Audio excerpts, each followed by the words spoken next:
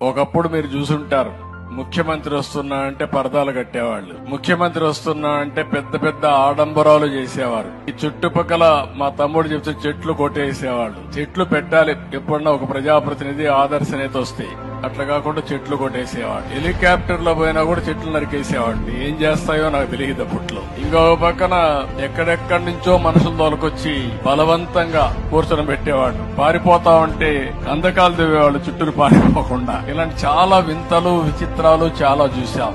ఈ రోజు నేను వచ్చింది సాదా సీదాగా ప్రజల ముఖ్యమంత్రిగా, మీ స్నేహితుడుగా, మీ హితోభిలాషిగా ఇక్కడికి వచ్చానని చెప్పి మీ అందరికీ తెలియజేస్తున్నా. నేను వచ్చింది మీ స్థితిగతులు తెలుసుకోవడానికి వచ్చా, మీ కష్టాల్లో బాధల్లో భాగం పంచుకోవడానికి వచ్చా. నేను ఒకటే ఆలోచిస్తున్నా, ఏ ఇంటిలో కష్టం వచ్చినా వాళ్ళ ఇంట్లో నేను ఒక ప్రాణ స్నేహితుడుగా ఉండి వాళ్ళని కాపాడుకుంటానని చెప్పి కూడా నేను మీకు తెలియజేస్తున్నా.